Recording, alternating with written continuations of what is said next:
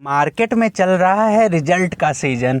तो इस समय डेली कंपनियों के आ रहे हैं रिजल्ट और उसी क्रम में आज हम बात करेंगे एचडीएफसी लाइफ के बारे में। तो एचडीएफसी लाइफ किसी परिचय का मोहताज नहीं है।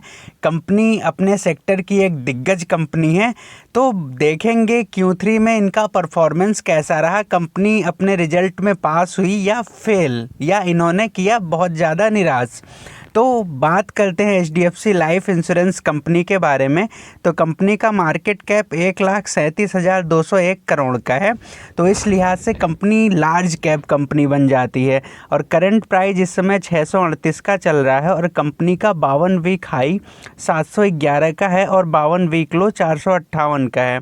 तो इस हिसाब से कंपनी अभी मिड रेंज में कारोबार कर रही है। स्टॉक का पी 90 का चल रहा है और बुक वैल्यू 65 की है और डिविडेंड थोड़ा बहुत कंपनी प्रोवाइड करती है और कंपनी का ROCE 9.56 का है और ROE 9.57 का है। फेस वैल्यू 10 है, तो इस हिसाब से थोड़ा बहुत चांसेस होते हैं यहाँ से स्प्लिट होने के। RSI 41 का चल रहा है, इस हिसाब से शेयर मिड रेंज में कारोबार कर रहा है। पेयर की बात करें तो लाइफ इंश्योरेंस पहले पे आ जाती है, SBI लाइफ इंश्योरेंस, फिर HDFC लाइफ इंश्योरेंस। तो अपने सेक्टर में तीसरे नंबर पे बिलोंग करती है और PE के हिसाब से देखें तो लाइफ इंश्योरेंस का 14 का है, SBI का 77 का है और HDFC लाइफ इसका 89 का है। इस हिसाब से कंपनी थोड़ा सा ओवर वैल्यूड नज़र आती है। तो मेन जो मुद्दे की बात है, रिजल्ट की बात कर लेते हैं। तो पहले सेल्स को देखते हैं। तो क्वार्टर ऑन क्वार्टर बेसिस पे अगर हम देखें तो सेल्स जो 23,142 करोड़ का था सितंबर में, वो बढ़ के 26,927 करोड़ का हो गया है। तो सेल्स में कंपनी ने ग्रोथ शो किया है। और नेट प्रॉफिट की बात करें तो उस समय 378 का था, वो घट के 368 का हो गया। तो इस हिसाब से जो प्रॉफिट है इनमें गिरावट आई है।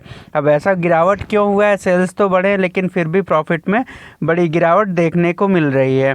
अगर ईयर ऑन ईयर बेसिस की बात तो दिसंबर 2022 में 19,577 करोड़ का सेल्स था, वो बढ़ के 26,927 करोड़ का हो गया है।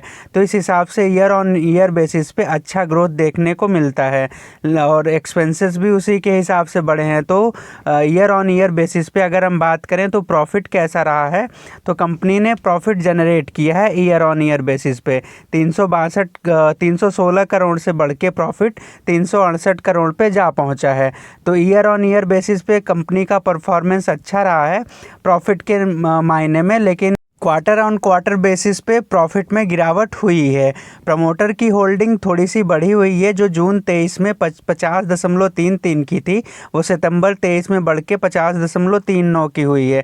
FIIs की होल्डिंग 30.53 की है और DII 6.87 से होल्ड करते हैं पब्लिक, और पब्लिक की होल्डिंग 12.18% से है। तो इस लिहाज से मेरे हिसाब से अगर बात करें तो कंपनी का जो रिजल्ट है वो कुछ खास नहीं है, एवरेज रिजल्ट बोल सकते हैं। ना कोई विशेष ग्रोथ है, ना कोई विशेष लॉस है। तो इस HDFC लाइफ वैसे तो है बहुत ही बेहतरीन कंपनी, तो लॉन्ग टर्म के नज़रिए से ये कंपनियां बेहतर होती हैं, तो यहाँ पे आप नज़र बना के चल सकते हैं।